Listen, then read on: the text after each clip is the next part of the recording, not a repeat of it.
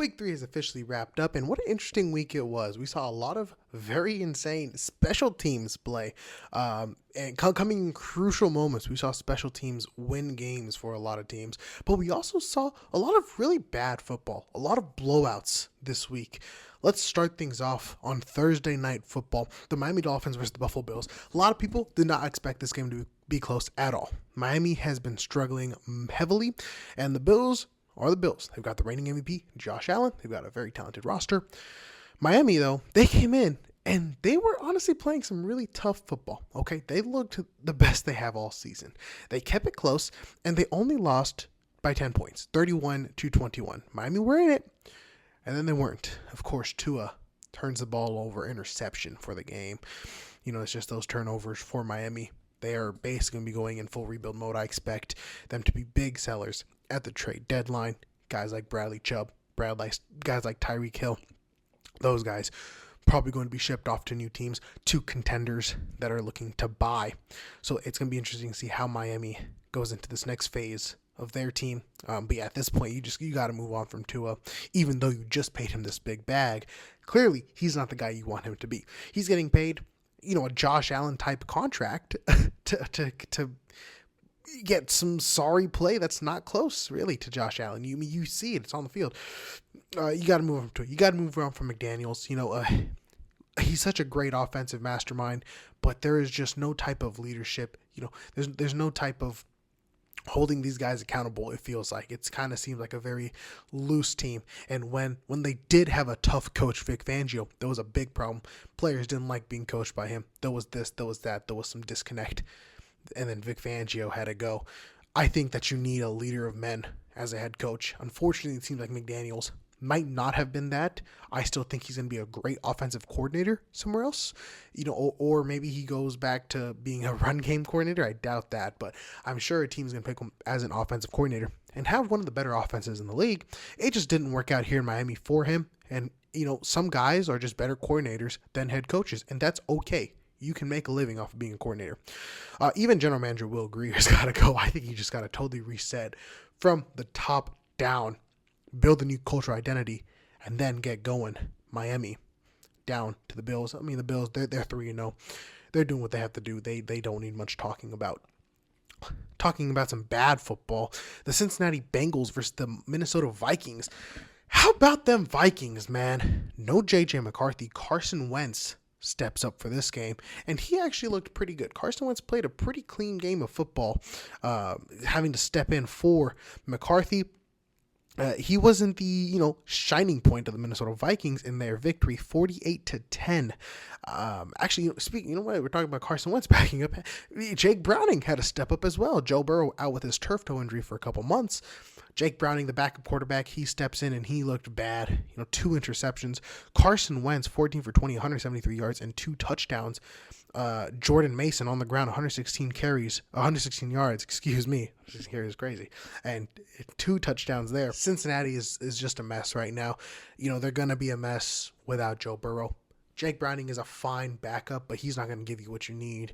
But the main story of this game is, maybe the main story of this entire week, Isaiah Rodgers, a 99.9 PFF grade, the best PFF grade you can get. 2 forced fumbles, 2 defensive touchdowns, 1 pick six, 1 scoop and score. He was all over the place, man. And you got to give credit to Brian Flores and that Minnesota defense. He makes defenses work so well. It is so impressive what he can do with defenses. Speaking like Mike McDaniel, he's kind of the Mike McDaniel of the defense. Maybe he's a better coordinator than a head coach. I think he deserves another chance to be a head coach somewhere, but he just might be one of those guys that's just a better coordinator than head coach, and that's A-okay, because he has done some special things with these Minnesota Vikings. Man, Isaiah Rodgers was crazy. Wentz versus Browning backup. And yeah, the Bengals, they're in trouble without Burrow, man. It's just another throwaway year, another scrap year. I don't know what Cincinnati's doing. Ever since they made it to that Super Bowl, it seems like it's just been downhill for them.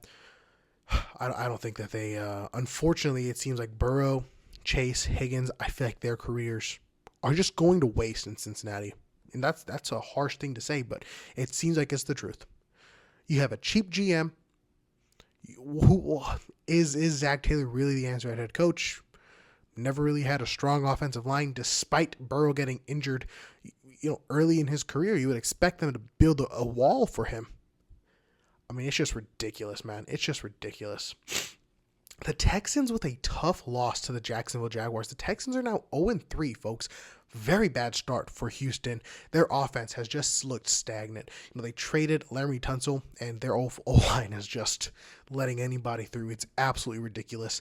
Their defense, however, is legit. Their defense, it's not one of the, it may not win you games. Clearly, it's not winning them games, but it will definitely stop offenses. But their offense just can't give them a chance, and it's tough. It's hard to put the blame completely on Stroud, but Stroud isn't playing some of his best football either. Nico Collins has really barely gotten involved. You really want to see him get going. Jacksonville, they're 2-1. Somehow, some way, they are pulling out these wins, folks. They get the win 17-10. Houston, it's a tough start hanging at 0-3 right now in the beginning of the season with some tough losses, man. I mean, it's going to be tough. The road only gets tougher from here for Houston. You have to really find your stride, and you have to find your stride fast. As for Jacksonville, I'm surprised they're 2-1.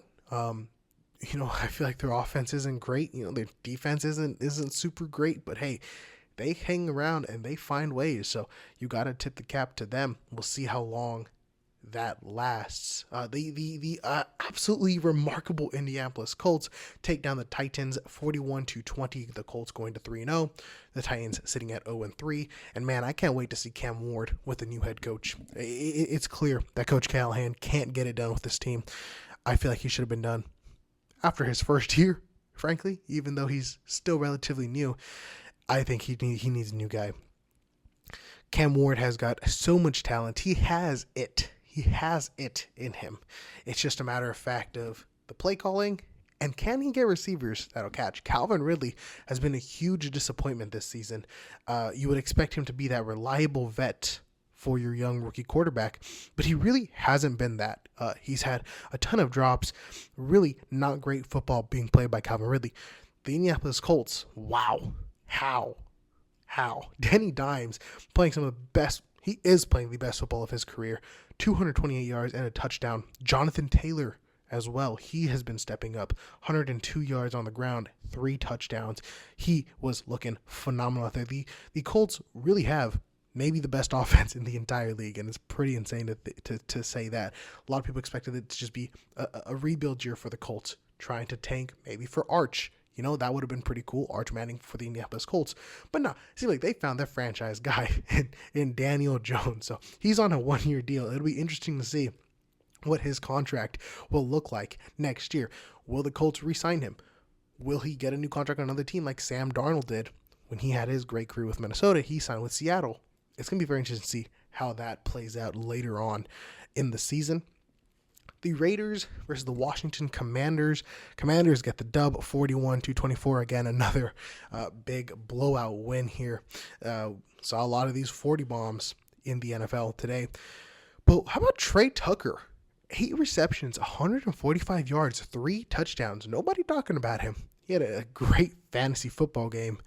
Ashton Genty, 17 carries for 63 yards. You really want to see more out of him. It's just tough. He is getting hit at the line of scrimmage, basically at the handoff.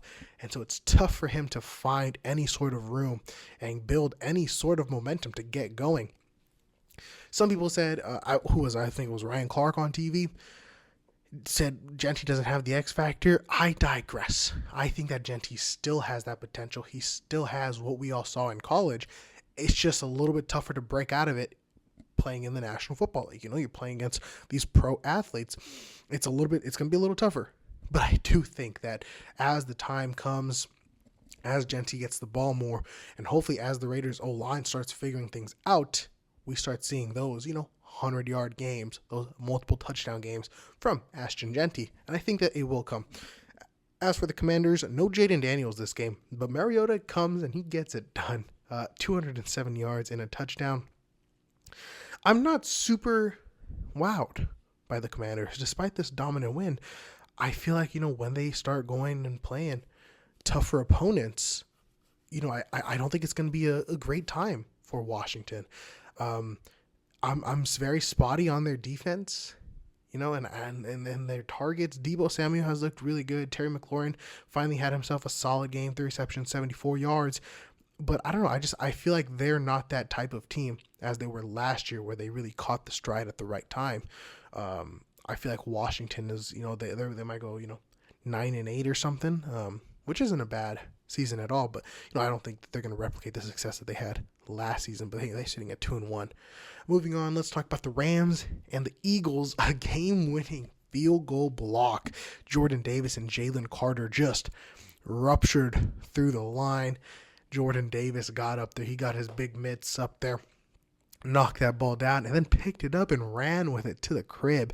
That was pretty sick to see. Jordan Davis, the big man, he was moving fast. I don't know what miles per hour he was moving, but boy, he looked like a running back out there chasing the end zone. That was pretty sick. You love seeing a big man return to the house. This was a very surprising game because the Rams were dominating for a majority of this game, and the Eagles were forced in passing situations, which many people have been very critical of Jalen Hurts, not passing the ball as much. He had his first passing touchdowns in this game. But, they proved that, hey, we can still do this. We still have A.J. Brown, Devonta Smith, Dallas Goedert. We have all these weapons. We know how to use them. Just because we don't use them every game doesn't mean we don't know how to use them. So they really proved that. The Eagles now improved to 3-0. The Rams still sitting pretty at 2-1. The Rams prove, they can compete with anyone, which most people, I'm sure, still expected. Of course, it's a tough, blown lead from the Rams, but they still have the talent there. Matthew Stafford is still going to dish out some incredible throws. Devontae Adams is far from washed. Devontae Adams is playing some incredible football. And Puka Nacua is so sick, man. He is just so reliable. Matt knows he can rely on him. And Puka, I'm sure he trusts Adams. And the offense is working really well together. Just an unfortunate loss from the Eagles coming back. And now, again, another blowout. 30-0. The Carolina Panthers shut out the Atlanta Falcons. The Falcons, a team that just came off of a really big win against the Minnesota Vikings. This is the performance that they put up. I mean, all these guys, Michael Penix, Kyle Pitts, Bijan Robinson, Drake London on this offense. And I think I read somewhere they didn't even get to the 30-yard line. That's insane. And it's got to come down to coaching. At this point, you have to expect to be coaching or Michael Penix, I guess. I mean, Kirk Cousins came in a little bit as well. Still didn't really get the ball moving. Carolina, though, wow. Bryce Young owns the Falcons, man. I believe he's 3-1 against them or something like that. Some crazy stat. But Bryce Young and the Carolina Panthers shut out the Falcons for their first win of the season. I don't know how an NFL team lets the Carolina Panthers shut them out. I don't know how you don't even score a field goal off. I believe Romo, their new kicker, who everybody was flaunting about last week. Young White Coup, Romo comes in and he misses, 2 or 3 kicks? So that is tough. But hey, even if he does make those kicks, you're still losing. You still get pretty blown out there. The Steelers and the Patriots. The Steelers get the win at 21-14. They improve to 2-1. Drake May is really good, man. Drake May is good, but it's got to be Trayvon Henderson time. It's got to be Trayvon Hendrickson time in New England. Stevenson had 2 fumbles. I believe Gibson had a fumble as well. You just got to feed the rock to the rookie. You're sitting there 1-2. You're not going to have much success elsewhere. Just feed the rock to the rookie. Let the young guys thrive. Let them go out there. Let them have fun. Mike Vrabel, I know you know how to use a running back. We've seen how you can do what with Henry. I think that Hendrickson's got some of that DNA in him.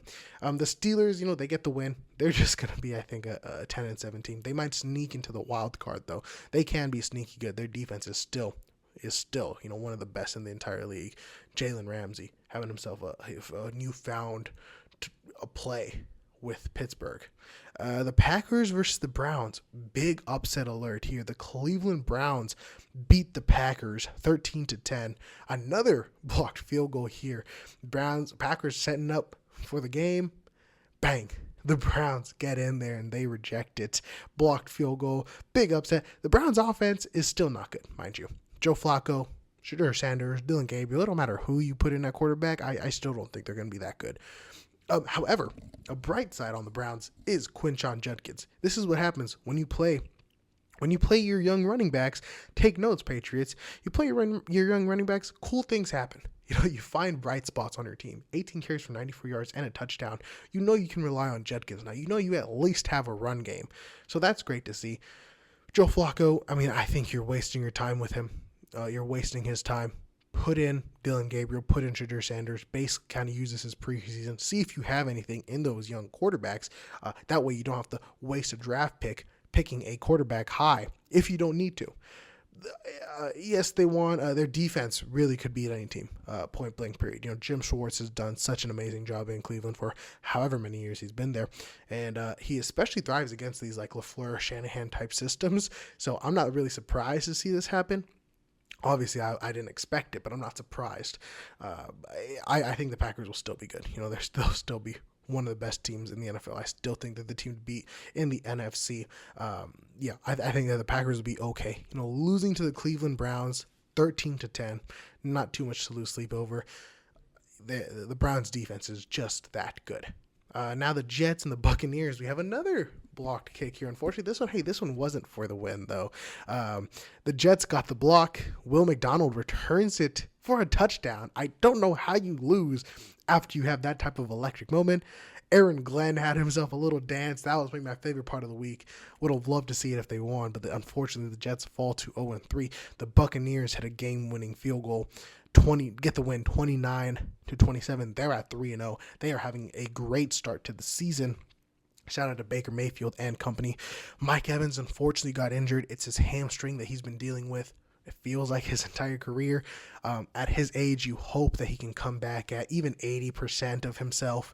But luckily, you've got Ibuka, who has been stealing the show in that Tampa Bay offense. So that is a bright spot. You've got Bucky Irving. You've got Rachaad White. So even with that Mike Evans down, you've still got some guys on offense that'll make the boat go. The Jets, I still don't know how. You block the field goal, you return it for a touchdown, and you lose. But it was cool to see a lot of Garrett Wilson involved. 10 receptions, 84 yards, and a touchdown. No Justin Fields this game. Tyrod Taylor steps in for him. The Jets now at 0-3. Real unfortunate start for New York. New York having a tough week, man. No wins in New York. Moving on to a division game. In the AFC West, the Denver Broncos versus the Los Angeles Chargers. The Chargers get the win, again off of a field goal. These close games, 23-20. The Broncos now at 1-2 with their backs against the wall, but the Chargers sitting at 3-0, 3 wins against division opponents. First off, NFL, what are we doing with the schedule making? That we make the Chargers play 3 divisional games, one of them being in Brazil. Tough start for the Chargers. I'm sure they're exhausted, but they have been balling. Man, they have been balling. Justin Herbert having himself a MVP case. They're sitting at 3-0. Though that is so big in this division to have that type of head start on your division opponents, especially the guys like the Chiefs, especially the Broncos. These guys that are talented enough, they could heat up at the right time. But now the Chargers, it's a little bit less pressure to win those games later down the road. Justin Herbert throwing for 300 yards, a touchdown. He did have an interception. We saw Hampton finally have himself a good game with 7 yards on the ground and a touchdown. And, of course, Quentin Johnston having himself a breakout campaign. 6 receptions for 89 yards. He has been balling. As for the Denver Broncos, Bo Nix having a bit of a sophomore slump. There's a bit of a concern for the Broncos. Their defense is still really good. It's one of the top in the league. But it's just their offense can't really get going. Their run game, I feel like it's pretty mid. Despite Dobbins having 83 yards and a touchdown, it feels pretty mid. I don't know if it's the play calling or if it's Bo Nix himself, but I think Denver has to figure it out. They are facing some injuries as well. Dre Greenlaw is on IR with his quad injury, I believe. Same with Evan Ingram. So that is definitely two big blows to the team with 2 new additions that were supposed to be moving the needle for them. So that, but it seems like it's the Chargers division to take. Still early to tell, of course, but the Chargers got a big lead against the other teams in the AFC West. The Seahawks stomped out the New Orleans Saints 44-13. Seahawks are 2-1. The Saints 0-3, of course, going through a rebuild mode. Spencer Rattler probably going to get replaced next year. I would honestly just start Tyler Shuck. You spent a 2nd-round pick on him. Might as well see what you got in him. They're probably going to be sellers at the deadline as well. The biggest note from here is that it is still Jackson Smith-Njigba season. 5 receptions for 96 yards and a touchdown. He is the number one target. Sam Darnold loves him. He is the whole offense. And it's very fun to see him out there balling. The Cowboys and the Bears, another blowout here. The Chicago Bears get the win, 31-14. Caleb Williams going up against his old head coach, Matt Eberflus, who's the DC for Dallas, and was absolutely picking them apart. You got to feel like it was a little bit personal for Caleb with how last season went for him. Caleb Williams had a heck of a game, throwing for nearly 300 yards and 4 touchdowns. Luther Burden had himself a big game, 3 receptions, 101 yards, and a touchdown. A lot of them coming off of the the trick play, the flea flicker, which was very cool. Now for Dallas, they try to get creative. They handed the ball off to CeeDee Lamb, and he hurt his ankle. It's a high ankle sprain. He's out for a couple of weeks now. I believe it's 4 to 6 weeks, but don't quote me on that. No Micah Parsons, no CeeDee Lamb now. You got even, I think, Diggs and Deron Bland are banged up. The Cowboys, it's going to be a long season for them. It's going to be a long season for him. When they traded away Micah Parsons, it was like, oh, okay. And then, they played a really good game against Philadelphia. And you were like, well, maybe they still got it. And then they were in overtime with the Giants. And it was like, okay, well, it's the Giants. But, maybe it's a division opponent. Now they get blown out by the Bears and they lose their receiver one. Not a good situation in Dallas. It's going to be a long season. It seems like playoffs might be a bit out of reach. We are only in week 3 though, folks. So it's going to be, obviously these are a bit over exaggerations. They do still have George Pickens there. So that trade last season looks like it's paying off, where he steps into that receiver one role now. But Dallas, man, 31-14. Get blown out. The 49ers get the win over the Arizona Cardinals, 16-15. We had a safety off of a holding penalty. Obviously, I'm a Niner fan, so a little bit biased talking about this game, but we'll keep it unbiased here. I just want to highlight the injuries that the 49ers have been dealing with. Brock Purdy was out this game, Jawan Jennings out this game, George Kittle out this game. Of course, all those lingering injuries. But on top of that now, we have a Nick Bosa ACL tear, and just a cursed team, a cursed roster, injuries galore. I constantly say just keep holding out. Week 9, week 10, this team is going to look different. But now the injuries just keep piling up, and they're getting worse over time. Nick Bosa with a clean tear in his ACL. That's his second time in his NFL career. For the Cardinals, though, you want to see Kyler and Marvin Harrison get that connection more so. It feels like they're just offbeat sometimes. Marvin Harrison had himself some big drops that you really don't want to see happen with your star receiver, that you're hoping to excel and take this team to the another level. So I don't know if it's just miscommunication between Kyler and Marv, or if it's the play calling. I mean, Marvin Harrison was open for, like 2 or 3 plays, and he just flat out dropped the ball. A big blow for Arizona is that they do lose a James Conner for the rest of the season. So Trey Benson is going to be taking over that RB1 role, and I think that he is ready and he will take over. But yes, hoping the best for James Conner and hope that he is going to be all right. But yes, he is going to be out for the entire season. But yes, Arizona takes the L, 16-15 off a game-winning field goal by Eddie Pinheiro. He trots in, and I know a lot of Niner fans feeling a lot of PTSD from Jake Moody. I definitely was. But no, Eddie Pinheiro sinks it right down the middle, and so that was electric. Sunday Night Football, the Chiefs take on the Giants. Very interesting game. The Giants were honestly kind of in it for a lot of the game. They were right there. They were playing some sloppy football, but so was Kansas City. Of course, in the end, Kansas City would come out on top and get the win 22-9, giving themselves their first win of the season at 1-2. The Giants sitting at 0-3. The Chiefs, they still got the yips. They're still trying to work through some things, it seems like, on the offensive side of the ball. The run game is practically non-existent. Pacheco, Kareem Hunt, there's not much juice there.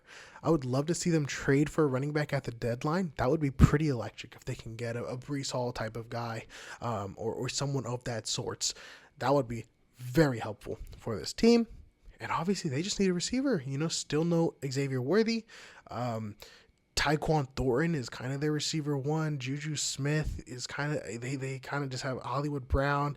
They've kind of got like a bunch of receiver 3s out there trying to be receiver 1. So very tough in Kansas City. I'm not going to count them out. I still think that they find their stride later in the season. I'm never going to bet against Mahomes anymore. I've learned my lesson throughout the years. So I still think that they find their stride. They figure things out. As for the Giants, you're 0-3 now.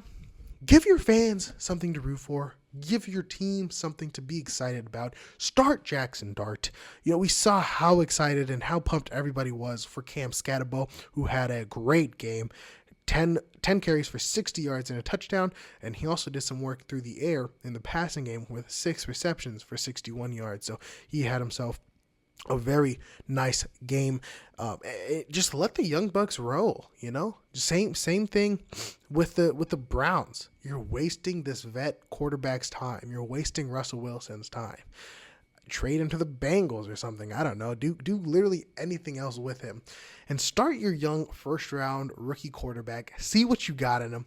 Don't waste a year, because frankly, Brian Daboll, you might not be on the team next year. You might as well throw Dart out there, and maybe he can save your job. Let's be real. Dart, Scat, Neighbors, at least they will get people excited. At least a Jackson Dart, deep completion to Malik Neighbors will get the crowd hyped. That's the worst case scenario. Best case scenario, you start winning some games. Now, Monday Night Football, which just wrapped up, the Detroit Lions and the Baltimore Ravens, two powerhouses of each conference. The Lions come in and they get the win in Baltimore's home turf, 38-30. Close game. It was definitely a close game, but a Ravens late game Derrick Henry fumble, crucial fumble, really flipped and turned the tide. The Lions now sitting at 2-1. The Ravens at 1-2. You hate to see it. And really, those two losses, both off of a Derrick Henry fumble at the end of the game.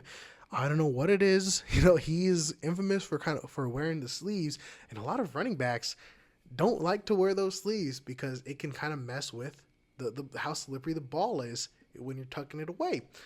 And now we've seen Henry get that ball punched in every game this season. All three, against the Browns, against the Bills, now against Detroit, now against Bills and Detroit.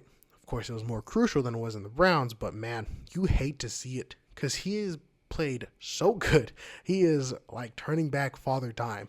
But these fumbles, man, these fumbles are costing his team. And you can tell it's getting to him. I don't want to say it's an easy division for the Ravens because the AFC North is so tough. The Bengals and the Steelers are 2-1 right now.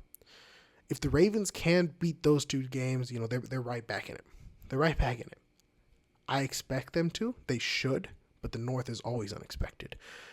But right now they're sitting at third.